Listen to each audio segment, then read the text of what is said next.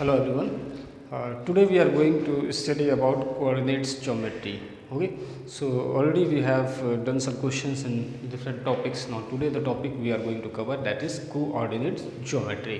Okay, coordinate geometry. So जो आज की क्लास होगी और today's class we will cover some basic things of this coordinate geometry.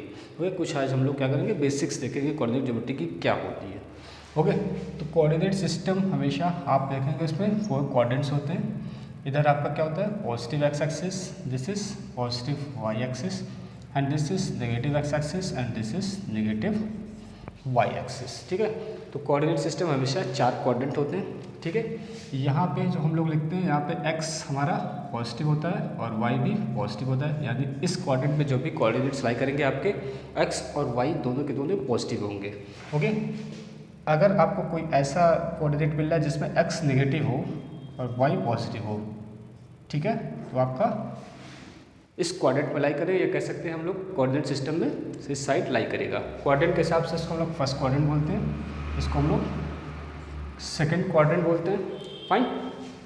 अगर थर्ड क्वाड्रेंट, इसको हम लोग कौन सा क्वाड्रेंट बोलेंगे, थर्ड क्वाड्रेंट. ओके, तो थर्ड क्वाड्रेंट की बात करें तो यहाँ पे x भी निगेटिव है, y भी निगेटिव है. तो ऐसा कोई सिंबल जहाँ पे आता है जहाँ पे x भी निगेटिव हो और y भी निगेटिव हो, तो वो आपका थर्ड क्वाड्रेंट में लाई करेगा. And again if we go, this is called fourth quadrant.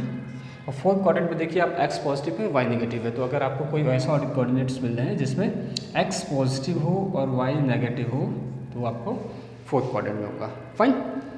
हमेशा आप लिखने का फॉर्मेट याद रखिएगा, जब भी कोऑर्डिनेट सिस्टम में हम लिखते हैं तो पहली वैल्यू हमेशा x की होगी और सेकेंड वैल्यू हमेशा y की होगी. फाइन.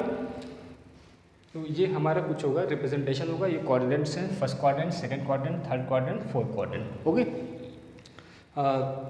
इन 10 क्लास जो हम लोगों को बेसिक स्टार्टिंग में डील करना है वो होगा, कोई भी दो कोऑर्डिनेट्स आपको दिए होंगे, इन कोऑर्डिनेट्स के बीच की डिस्टेंस फाइंड आउट करनी होगी, and that is known as distance formula. Okay, suppose you are given 2 coordinates. Fine. This is, we can say x1 y1 and second quadrant is x2 y2. ठीक है, तो हमारे पास कोई 2 point दिए हुए हैं, एक दिया हुआ है x1 y1 और दूसरा दिया है x2 y2. तो हम लोगों को क्या करना है, अगर इनका नाम हम दे दें a और b. ठीक है, अगर कोई कोऑर्डिनेट्स हैं, a के कोऑर्डिनेट है x1 y1, b के कोऑर्डिनेट है x2 y2, और अगर हमको इनके बीच की डिस्टेंस फाइंड आउट करनी हो तो इसके लिए हम लोग जो यूज़ करते हैं उस फॉर्मूले को हम लोग किस नाम से आते हैं, distance formula. Okay, distance formula is actually will calculate the distance between these 2 points. ठीक है, जो भी हमको 2 पॉइंट गिवन होंगे, उन 2 पॉइंट की अगर हमको डिस्टेंस कैलकुलेट करनी, यानी कितनी दूरी है उन दोनों पॉइंट के बीच में, तो इसको कैलकुलेट करने के लिए हम लोग एक फॉर्मूला यूज़ करते हैं जिसको हम लोग किस नाम से जानते हैं, डिस्टेंस फॉर्मूला. ओके, तो देखते हैं डिस्टेंस फॉर्मूला होता क्या है. तो डिस्टेंस फॉर्मूला, ठीक है, that is known as distance formula. अगर यहाँ पे बात करें तो एक कोऑर्डिनेट x1 y1 है, x2 y2 है. This is generalization. जब भी हम क्वेश्चन करेंगे तो यहाँ पे कोई वैल्यूज़ देंगे, x1 की कुछ वैल्यू होगी, y की कुछ वैल्यू होगी, x2 की, y2 इनकी कुछ वैल्यूज़ होंगी. बट यहाँ पे हम एक जनरल फॉर्मूले की बात कर रहे हैं, इसलिए यहाँ पे कुछ आपको जनरल फॉर्म में दिख रहा होगा. तो डिस्टेंस यहाँ पे अगर बात करें तो ए बी डिस्टेंस है.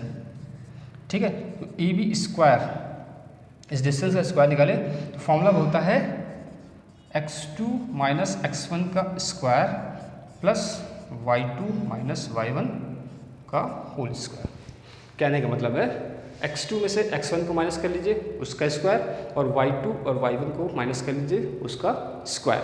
दोनों इंडिविजुअली x1 x कोऑर्डिनेट को माइनस करना है, y को कोऑर्डिनेट को माइनस करना है. ठीक, तो फाइनल जब आप इसको कैलकुलेट करेंगे तो ए बी जो भी डिस्टेंस है वो आपका आएगा under root x2 minus x1 का whole square plus y2 minus y1 का होल स्क्वायर.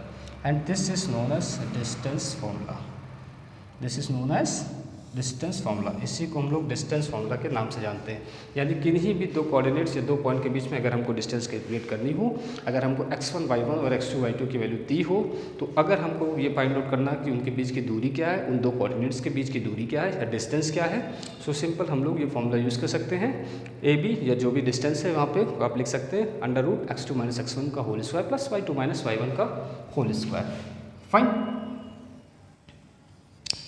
फिर नेक्स्ट हमको एक और इम्पॉर्टेंट फॉर्मूला जो हमको इस देखना पड़ेगा वो होता है सेक्शन फॉर्मूला. ठीक है, फाइन। सेक्शन फॉर्मूला, अब सेक्शन फॉर्मूला में क्या होता है, देखिए यहाँ पे 2 पॉइंट दिए होंगे आपको सिंपली, ठीक है। Again we can say this x1 y1 and second point को हम लोग बोलते हैं x2 y2, ठीक।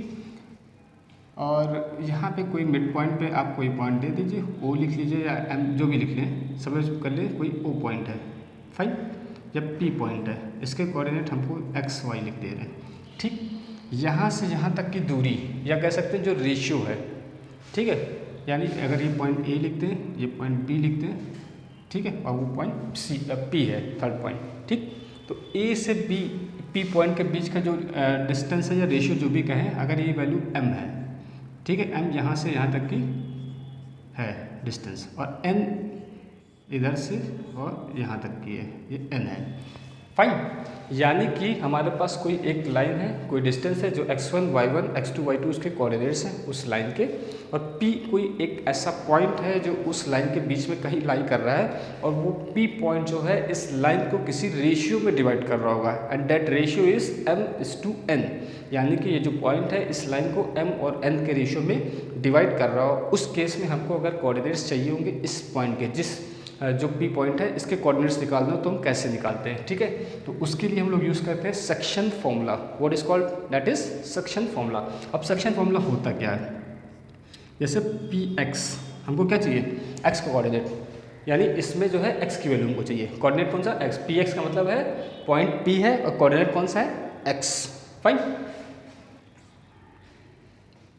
अब इसको कैसे सॉल्व करते हैं, देखिए क्रॉस मल्टीप्लाई कुछ मेथड ऐसे लगाइएगा, ठीक है। m(x2) हम लोग क्या लिखेंगे, m(x2), इस m को x2 से मल्टीप्लाई कर दिया, प्लस n को x1 से मल्टीप्लाई कर दिया, n इंटू x1 अपॉन दोनों जो रेशियोज हैं उनको ऐड कर दीजिए, m प्लस n। ये जो वैल्यू आएगी ये आपका x कोऑर्डिनेट होगा, क्या होगा, x कोऑर्डिनेट शो करेगा, यानी ये Px की वैल्यू आएगी, ठीक है। वो पॉइंट जो इस लाइन को 2 रेशियो में डिवाइड कर रहा है m/n, वहाँ पे x कोऑर्डिनेट क्या होगा, इस फॉर्मूले से कैलकुलेट होगा, फाइन। उसी तरीके से अगर आपका y कोऑर्डिनेट, उसमें y कोऑर्डिनेट भी है, ठीक है, तो उसको कैलकुलेट करके तो अगेन फॉर्मूला कुछ उसी तरीके से बनेगा। यहाँ पे हो जाएगा m(y2) plus n y1 upon m plus n, ठीक है। तो ये हम लोग का क्या हो जाएगा, दिस इज y कोऑर्डिनेट। तो इस तरीके से Px, y आपकी वैल्यू हो जाएगी और फाइनल आपके कोऑर्डिनेट क्या आ जाएगा, Pxy। x की जगह पे x रख देंगे और जो यहाँ पे y कैलकुलेट करके y रख देंगे, तो यहाँ ये जो कोऑर्डिनेट हमको फाइंड आउट करना है वो फाइंड आउट हो जाएगा इजीली, फाइन। सो ये कुछ बेसिक्स हैं जो आपको मिनिमम पता होना चाहिए। 10th क्लास के जो मैथमेटिक्स है वहाँ पे आपको इन चीज़ों का यूज़ करना होगा, सॉल्व करना होगा, ठीक है। और इनको हम लोग यूज़ करेंगे आगे के क्वेश्चंस, आने वाले क्वेश्चंस में, फाइन, ओके।